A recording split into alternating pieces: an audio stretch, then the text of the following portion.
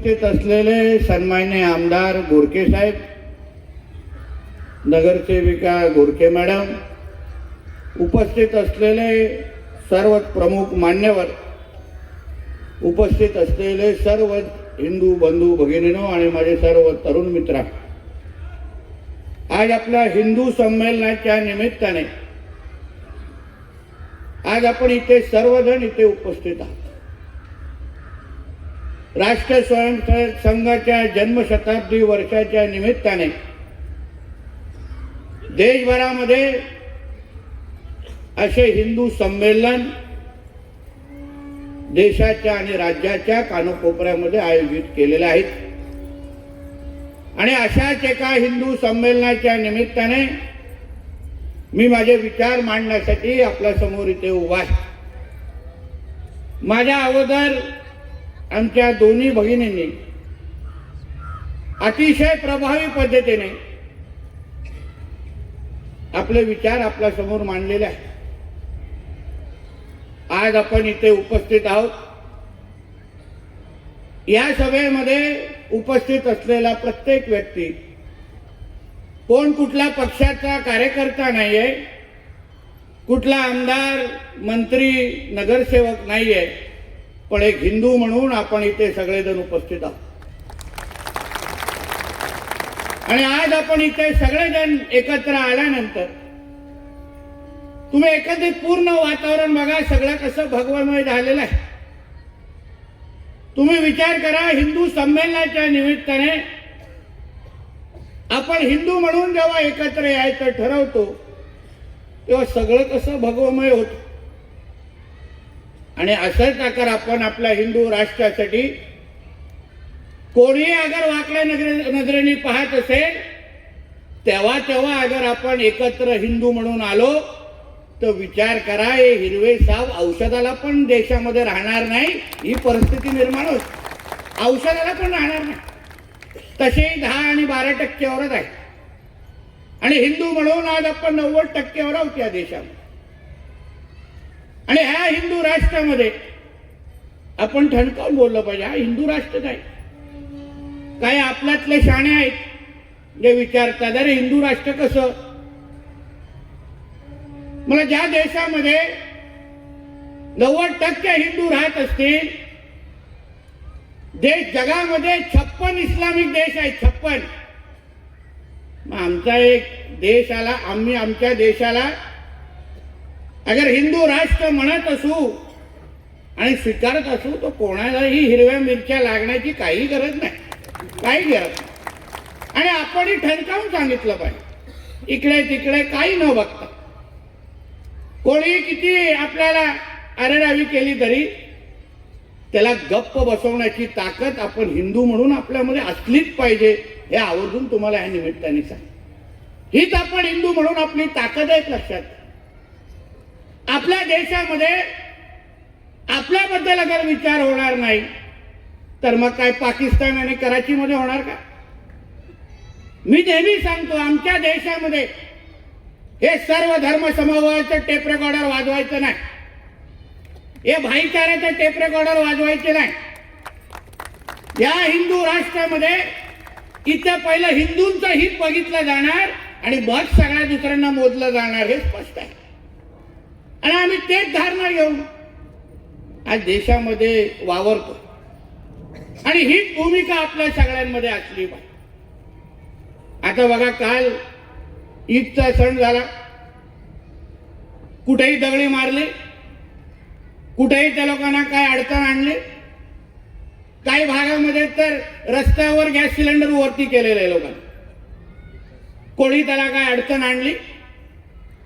पण आमच्या सणसुदी आल्या, गणपती आले, होळी आली, हनुमान जयंती आली, रामनवमी आली, बघा हे सगळे हिरवे साप कसे बाहेर येतील। मग लगेच आमच्यातलेच काही शाणे होळी आली तर बोलतात ड्राय होळी हे साजरी करा, दिवाळी आले तर बोला का फटाके नाही, पर्यावरण पूरक दिवाळी मानवा। मग आता 2-3 महिन्यांनी जेव्हा बकरी ईद येईल त्यांना सांगा ना, इको फ्रेंडली बकरी ईद करा, व्हर्च्युअल बकरी तयार करा आणि कापत बसा अब्बाला खुश करण्यासाठी। कराल का? कोणी सांगण्याची हिंमत तरी करतं का? कोणी आव्हान तरी करण्याची हिंमत करतं का? हा विचार तुम्ही सगळ्या जणांनी घेतला पाहिजे. आपण हिंदू म्हणून आपल्या कुठल्याही सणासुदीच्या वेळी असो, आपल्या कुठल्याही मंदिराकडे असो, राजरोज पद्धतीने कोणालाही आपल्याला सल्ले द्यायला देतो. पण या हिरव्या सापांना कोणीही बोलण्याची कोण हिंमत पण करत नाही. याबद्दल कधीतरी आपण हिंदू म्हणून विचार करायला पाहिजे. आपला कुठलाही सण आला, गणेश चतुर्थी आली तर लगेच हे लोक दगड मारणार, रामनवमी आली तर लगेच मिरवणुकीमध्ये अडचण आणणार, आमच्या पोलीस बांधवांना सांगणार की नाही इधर मस्जिद के सामने से नहीं लेके जाने का, पोलिसांना सांगणार नाही हमारा नमाज का वक्त है यहां से नहीं लेके जाने का. मग काल जेव्हा यांची ईदच्या नावाने एक महिना गपचूप होते रमजानच्या नावाने, काल कसे सगळे बिळाच्या बाहेर निघाले बघा. कुठल्याही हिंदूंनी अडचण आणली? सर्व धर्म समूह आहे ना आपल्या देशामध्ये. ह्यांचे जसे सण असतात तसे आमचेही सण असतात ना. मग ह्यांना यांच्या सणाच्या वेळेस यांची मोहरम असेल, ईद असेल, काही असो, हे पाहिजे तेव्हा डीजे वाजवणार, पाहिजे तशा मिरवणुकाने काढणार. विचारा कधी रस्त्यावर कसे बाईक चालवतात तो आडवे तिडवे लोक. मग ह्यांना कोण थांबवायची हिंमत करत नाही. फक्त सगळे दगडी आपल्याच काळात काय निघतात, आपल्याच सणासुदीच्या वेळी काय निघतात, एक हिंदू म्हणून तुम्ही सगळ्यांनी विचार कराल. याचसाठी तर हे हिंदू संमेलन आहे. नाही काय फावल्या वेळामध्ये आजची रविवार संध्याकाळ जात नव्हती आणि म्हणून चला सगळ्यांनी एकत्र करा, भगवे टोप्या घाला आणि जरा एकत्र बसून जरा 2-3 तास चांगली भाषणं ऐका आणि घरी जावा आणि झोपा. तेवढंच करतो आपण. हा उद्दिष्ट नाही आहे बांधवांनो. एक हिंदू म्हणून आपण आपल्या देशामध्ये कसं वावरलं पाहिजे या गोष्टी आपण शिकल्या पाहिजे आणि त्याच पद्धतीत तो धाक निर्माण करायला पाहिजे. भीती निर्माण झालीच पाहिजे. अशा पद्धती जेव्हा पोलीस बांधवांकडे जेव्हा मागण्या येत आहेत ते नाही उनका रामनवमी की मिरवणूक इधर आना नहीं चाहिए, ही हिम्मत पण त्यांच्याकडून निघता कामा नाही. एवढी ताकद आपल्या हिंदू समाजाने आपल्या देशामध्ये निर्माण करायला पाहिजे. एवढी ताकद निर्माण करायला पाहिजे. आणि आता तर तुम्ही चिंता कशाला करता? आम्ही बसलोय ना मंत्रालयामध्ये, काही त्रास होणार नाही. कोणाचं काय कुठे काय करायचं ते करा, झाल्यानंतर फोन करा, अगोदर विचारायला फोन करू नका. फोन करा, निताईजी असा असा कार्यक्रम झालाय, कार्यक्रम पत्रिका पाठवू का? पुढचं मी बघतो. अहो देश, आपल्या राज्याचे मुख्यमंत्री हे कडवट हिंदुत्ववादी आहेत. आम्ही सगळेजण मंत्रालयामध्ये बसलोय. आम्ही छातीतोड पद्धतीने सांगतो आज या राज्यामध्ये जे हिंदुत्ववादी विचाराचे सरकार आहे ना ते या हिंदू समाजाने आणलंय, या गोल टोपी दाढीवाल्यांनी नाही आणलंय. मी आज जो आमदार म्हणून तुमच्या समोर उभा आहे ना, मी कुठल्या मोहल्ल्यांमध्ये पण गेलो नाही मत मागायचं, पॅम्पलेट पण वाटले नाही. विचारा आमच्या कोकणातले लोक आहेत इथे, विचारा. प्रत्येक वेळी माझं मतदान वाढत गेलेलं आहे आणि मी छातीतोड पद्धतीने सांगतो आज जे आमदार आहे ना फक्त हिंदू मतांवर झालेलो आहे, हे मी छातीतोड पद्धतीने सांगतो. मग काय हरकत आहे स्वीकारायला? सांगा तू. आपण ही छातीतोड पद्धतीने स्वीकारलं पाहिजे आणि वावरलं पाहिजे. या परिसरामध्ये असंख्य मंदिरं आहेत. येणारा माझ्या सहकारी कार्यकर्ता सांगत होता काही लोक आहेत लँड जिहादच्या नावाने इथे वळवळ करणारे, आमच्या मंदिराकडे वाटल्या नजरेने बघणारे. हे आता महाविकास आघाडीवाले घरी बसले आहेत. आता हिंदुत्ववादी भगवादारी आहेत मंत्रालयामध्ये. फक्त एक तक्रार करा, परत शुक्रवारी सिलेंडर वरती येणार नाही एवढी काळजी मी निश्चित पद्धतीने घेईन, एवढा विश्वास देतो. काय चिंता करू नका, आम्ही बसतोय ना इथे. फक्त हिंदू म्हणून तुमच्याकडून कुठली चूक होता का नाही हेही बघा. काही तक्रारी अशाही आल्या का हिंदूंची संस्था आहे त्याच्यामध्ये एका हिरव्या सापाला घुसवलाय. वा, कधी जामा मस्जिद मध्ये कुठल्या हिंदूला घेतात का? कधी प्रकरण ऐकलं? कुठल्याही त्या वक्फ बोर्ड मध्ये आता आपल्याला वेगळा कायदा करायला लागला. त्याच्यामध्ये बदल करायला लागलं की बाबा तुम्ही असा असा जो मुसलमान नाही आहे त्यालाही त्या कमिटीमध्ये घ्या, काल सांगायला लागला आम्हाला. पण आमचे नाही एक आपला गंगा जमुना तेजी वा, त्यांच्या जेव्हा धर्माचा जेव्हा विषय येतो ना तेव्हा ते लोक नाही बघत गंगा जमुना तेजी, तेव्हा नाही बघत सर्व धर्म समभाव, तेव्हा त्यांना जे काही कुराणमध्ये लिहिलंय ते तेवढंच कळतं. आपण सगळे जे इथे उपस्थित आहोत ना त्यांच्यासाठी काफिर आहोत. आपल्याकडून साधं ते विकत पण घेऊ शकत नाही. जी आमची आता ताई बोलत होती ना, विकत घेणं, ते काय स्कॅन कोड बीड पाठवणं, ह्या गोष्टी पहिलं तर बंद झाल्या पाहिजे. आमच्या माता भगिनी बाजारपेठामध्ये गेल्यानंतर, मार्केटमध्ये गेल्यानंतर पहिलं आधार कार्ड त्याचा तपासा, तरच त्याच्याकडून विकत घ्या, हे आवर्जून या निमित्ताने सांगतो. तो हिंदू असेल तर सांग दे रे बाबा, कोण अब्दुल बसला असेल तर लगेच दुसऱ्या दुकानाकडे निघून जा, काय गरज नाही त्या लोकांकडून पैसे. काय तो सगळा पैसा ते काय कुठे दुसरीकडे देत नाही, सगळं जिहादसाठी वापरतो. हा जो लव जिहादच्या नावाने हे जे काही नाटकं हे लोक सुरू केलेले आहेत, कुठून येतो यांच्याकडे पैसा? सगळ्या गोष्टी ठरलेल्या असतात. तू आता केरला स्टोरी भाग 2 बघा आवर्जून, सगळं ठरलेलं असतं. श्रीमंत घरातले आमच्या भगिनीला फसवायचं तर काय करायला पाहिजे, मध्यम वर्ग असेल तर तिला तिच्याशी बोलणी करायची असेल तर किती खर्च करायला लागेल, त्याचा दुसरा कुठला भाग असेल तर त्याला किती खर्च लागणार, हे त्यांच्याकडे सगळं ठरलेलं असतं. आम्ही तर ऐकलं मेनू कार्ड पण असतो त्यांच्याकडे, जातीनिहाय मेनू कार्ड लिहिलेलं असतं, ह्याचे एवढे मिळणार, ह्याचे एवढे मिळणार, जातीनिहाय मेनू कार्ड तयार असतं त्यांच्याकडे. मग आपण पण विचार करून समाजामध्ये वावरलं पाहिजे.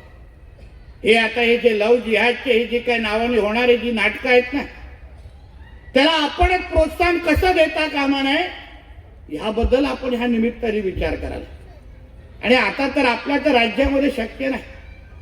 आम्ही निवडणुकीच्या वेळी जो शब्द तुम्हाला सगळ्यांना दिलेला की महाराष्ट्रामध्ये हिंदुत्वादी विचाराचं सरकार तुम्ही निवडून द्या, आम्ही सक्षम आणि मजबूत असा धर्मांतर विरोधी कायदा तुम्हाला आणून दाखवू. तसं याच अधिवेशनामध्ये आम्ही सक्षम असा कायदा आणलेला आहे. यापुढे कुठलाही हिरवा साप, कुठलाही जिहादी माझ्या कुठलाही हिंदू बहिणीकडे अगर वाकड्या नजरेने बघितलं ना, 7 वर्ष तरी परत मस्जिदीकडे जाऊ शकणार नाही असा कायदा तो कडक आहे.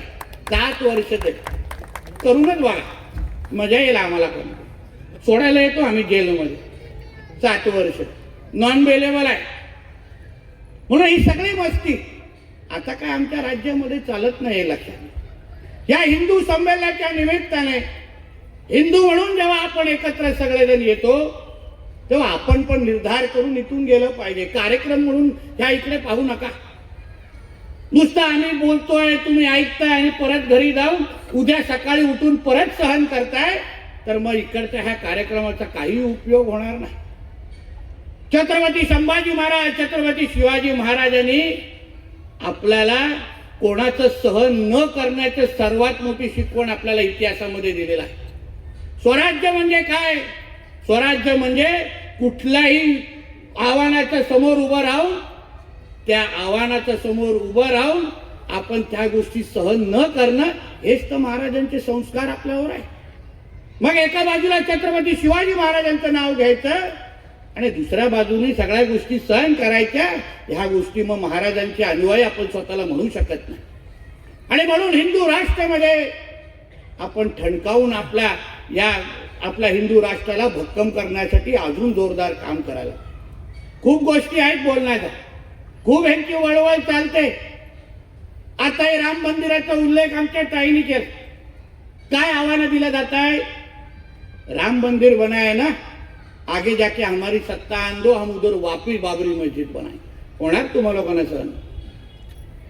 किती कारसेवकांनी आपल्या आयुष्याची पर्वा न करता तिथे जे काय राम मंदिर आज उभं केलेलं आहे त्याला टिकवणं आणि त्याला मजबूत करणं हे हिंदू म्हणून आपल्या सगळ्या जणांची जबाबदारी लक्षात घ्या. आपण आपला देश आपल्याकडे ठेवणं, आपला हिंदू राष्ट्र मजबूत करणं हेच तर हिंदू म्हणून आपली जबाबदारी आहे.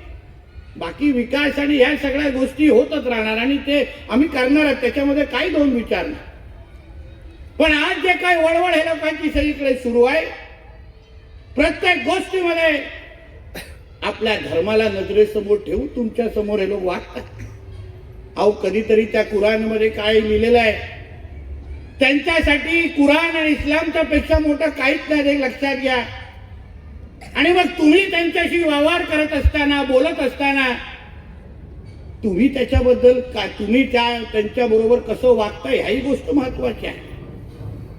त्यांच्या कुराणमध्ये स्पष्ट लिहिलं आहे, या तर हिंदू, हा तर हिंदू त्यांच्यासाठी काफिर आहे, या तर त्याचं धर्मांतर करा, या तर त्याला मारून टाका, हे स्पष्ट त्यांच्या कुराणमध्ये लिहिलेलं आहे. कोणालाही बोलला मुल्ला मौलवीला इथे बाजू माझ्या समोर उभा करायला विचार आहे, लिहिलेलं नाही. आणि म्हणून हिंदू म्हणून तुम्ही सगळ्या जणांनी ठाम निर्धार करून आपण इकडून गेलो पाहिजे. हिंदू संमेलन घेणं, त्या भगवा ध्वजच्या समोर उभं राहणं, एवढ्यापर्यंत हिंदू म्हणून स्वतःला म्हणू नका. नितेश राणे की जय जे म्हणत होते ना, मी त्यांना सांगितलं नितेश राणे की जय म्हणू नका, गर्व करो हम हिंदू है हे म्हणून या संमेलनाच्या बाहेर. राष्ट्र स्वयंसंघ सारखे देशभक्त अशी संघटना, राष्ट्र निर्माण आणि व्यक्ती निर्माण करणारी संघटना, काय मुख्य हेतू आहे, समाज उभा राहायला पाहिजे. एक नितेश राणे, एक अमित गोडके, एक गोपीचंद पडळकर, एक महेश लांडगे काहीच करणार नाही तुम्हाला. जेव्हा हिंदू म्हणून आपण समाज म्हणून जेव्हा उभं राहू, कोणीही आपल्या देशाकडे, हिंदू राष्ट्राकडे, आपल्या भगवा ध्वजाकडे कोणी अगर वाकड्या नजरेने पाहत असेल, त्याला हिंदू म्हणून जेव्हा आपण उत्तर देऊ, मी तुम्हाला सांगतो हे कोणीही तुम्हाला तिकडे वाकड्या नजरेने बघू शकणार नाही. कोणीही तुम्हाला इथे लव जिहाद, लँड जिहाद सारखे प्रकरण करू शकणार नाही. तुमच्या भागामध्ये अगर कोण तुमच्या मंदिराकडे वाकड्या नजरेने पाहत असेल, तर हिंदू म्हणून तुमचा धाक आणि भीती निर्माण होणं हे अत्यंत गरजेचं आहे. आवर्जून या निमित्ताने सांग. कोण बघू शकतात त्यांच्या मस्जिदीकडे वाकड्या नजरेने? असे इथून कुठून कुठून बिळातून बाहेर निघतील तुम्हाला कळणारी नाही. मग आपल्याकडे कुरोडी मंदिराकडे वाकड्या नजरेने पाहिल्यानंतर का लागतो तुम्हाला नितेश राणे? कशाला लागतो तुम्हाला महेश लांडगे? का उभं करू शकत नाही? समाज म्हणून आपण वरती पुढे उभं राहू का नाही शकत? समाज म्हणून त्याला उत्तर का देऊ शकत नाही? अशी मस्ती कुठल्या हिंदूने अगर पाकिस्तानमध्ये केली, त्याला जिवंत तरी ठेवू शकतात काय? कुठलाही इस्लाम राष्ट्रामध्ये केलं तर त्याला जिवंत तरी ते लोक ठेवतील का? मग आपल्या हिंदू राष्ट्रामध्ये अशी हिंमत होतेच कशी? आपल्या माता भगिनीकडे ह्याला वाकड्या नजरेने बघतातच कसे? अहो कायदा तर बनलाय, पण एवढं धाक आपल्या सगळ्यांची निर्माण झाली पाहिजे की कुठल्याही आपल्या हिंदू बहिणीकडे वाकड्या नजरेने पाहिलं तर तो घरी जाताना त्याचे पाय कापले पाहिजे. एवढी ताकद हिंदूंची तयार झाली पाहिजे, एवढी ताकद हिंदूंची तयार झाली. आणि म्हणून एवढं सांगण्यासाठी, आवाहन करण्यासाठी मी आवर्जून तुमच्या इथे आलेलो आहे. नाहीतर हिंदू संमेलनामध्ये आम्ही काय कुठल्या व्याख्यान देणाऱ्यापैकी तुम्हाला माहिती मी नाही आहे. त्या चौकटीत आपण बसत पण नाही. मला व्याख्यान बोलायला तुम्ही त्याच्याकडेच बघायला लागतो, ह्याच्याने माझा काय संबंध? बघा माझ्याच टायमाला लाईट बंद केले की आपण ऑलरेडी तापलेलो आहोत. अजून तापलं तरी तर काय प्रॉब्लेम होईल तुम्ही विचार करा. पोलिसांचं काम वाढेल. म्हणून तुम्हाला आवर्जून सांगेन, हिंदू संमेलनाच्या निमित्ताने वातावरण जसं भगवमय केलंय ना, 365 दिवस 24 तास वातावरण भगवमयच राहायला पाहिजे हा निर्धार करून या हिंदू संमेलनातून तुम्ही लोक गेला पाहिजे. तरच या सगळ्याचा प्रयत्नाचा उपयोग आहे. नाहीतर एक कोणतरी भगवा ध्वज उभा करतो, आपण बोलतो अरे वा रे चांगला केलाय, आणि नंतर उद्या ते लोकच जेव्हा हे हिरवे साप जिहादी येऊन जेव्हा तिथे मस्ती करतील, तेव्हा आपण व्हॉट्सअपवर चर्चा केल्याशिवाय काहीच राहत नाही. आणि म्हणून या निमित्ताने तुम्हाला मी आवर्जून सांगणार, आपली ताकद ओळखायला शिका. आपण आपल्या राष्ट्रामध्ये अगर हिंदू म्हणून आपली ताकद दाखवली नाही तर हे आपल्या राष्ट्राकडे वाकड्या नजरेने बघणारे खूप आहे. वर्षानुवर्ष आपण छत्रपती शिवाजी महाराजांना एवढं 3.5 वर्षानंतर पण का मानतो? छत्रपती संभाजी महाराजांचं जे उदाहरण आमच्या ताईने दिलं, अहो त्या औरंग्या आणि त्या टिप्याच्या समोर ते लोक झुकले नाही, तर आपण या हिरव्या सापांचा का मोजतो? हा सर्वात मोठा प्रश्न तुम्हा लोकांना विचार. सभागृहामध्ये बघितला असेल तो आपला जितुद्दीन मुमराचा, त्याला वाटतं महाराजांवर बोलल्यानंतर त्याला 2 पायावर आम्ही जायला देऊ. ठीक आहे, आपण सभागृहामध्ये होतो म्हणून त्या भाषेमध्ये त्याला समजवलं. बाहेर भेटला असताना तर मुमराला 1 पायावर गेला नसता. कारण का छत्रपती शिवाजी, बघा ताईला बातमी मिळाली म्हणून पळत आली नाही तर जेव्हा छत्रपती शिवाजी महाराज आणि संभाजी महाराजांकडे कोण वाकड्या नजरेने बघणारे, कोण उलट सुलट बोलणारे आपल्या महाराष्ट्रामध्ये राहू शकणार का, ह्याचा विचार तुम्ही या निमित्ताने करायला पाहिजे. म्हणून या पुढेही मला अजून एक हिंदू संमेलन आहे, पुढे जायचं आहे. पण एवढा विश्वास आणि शब्द घेऊन तुमच्याकडून जात की या हिंदू संमेलनाच्या निमित्ताने हा जो काय प्रयत्न केलेला हिंदूंना एकत्र आणण्याचा, यापुढे या भागातला प्रत्येक हिंदू जेव्हा जेव्हा कोण भगवाकडे वाकड्या नजरेने बघेल, कोणालाही न विचारता पहिलं त्याची स्वतःची ताकद दाखवण्यासाठी एकत्र येईल. हा शब्द तुम्ही ह्या निमित्ताने एक दुसऱ्याला दिला पाहिजे. तरच या हिंदू संमेलनाचा काय उपयोग झाला, तरच आम्ही सगळेजण तुमच्याशी येऊन काहीतरी बोललो, तुम्हाला काहीतरी कळलं अशी भावना आमच्यामध्ये आहे. तेवढं तरी समाधान वाटेल. नाही तर एवढी हवा भरल्यानंतर उद्या परत हिरवे साप इथे वळवळायला लागले तर मग ठेचण्यासाठी मलाच कोकणातून परत यायला लागले. म्हणून या निमित्ताने परत एकदा आयोजकांचे मी आभार मानेन की ह्या निमित्ताने जे काय आपल्या सगळ्या हिंदू बंधू भगिनींना एकत्र केलेला आहे, एक संदेश आपण दिलेला आहे की आम्ही एकत्र आलो, आम्ही फक्त आमच्या हिंदू राष्ट्राला मजबूत करण्यासाठी आम्ही एकत्र आलेलो आहे. यापुढे कोणीही आमच्या हिंदू धर्माकडे, आमच्या भगवा ध्वजाकडे कोणीही वाकड्या नजरेने पाहिलं तर आम्ही काय त्याला परत घरी जायला देणार नाही. हा संदेश या हिंदू संमेलनाच्या निमित्ताने गेलाच पाहिजे, हे आवर्जून या निमित्ताने तुम्हाला सांगतो. आणि परत एकदा आपल्या सगळ्यांचे, आयोजकांचे सगळ्यांचे मनापासून आभार मानतो. इथेच थांबतो. जय हिंद, जय महाराष्ट्र, जय जय श्रीराम. एक विनंती करतो, खिशातला मोबाईल काढा आणि लाईट ऑन करा.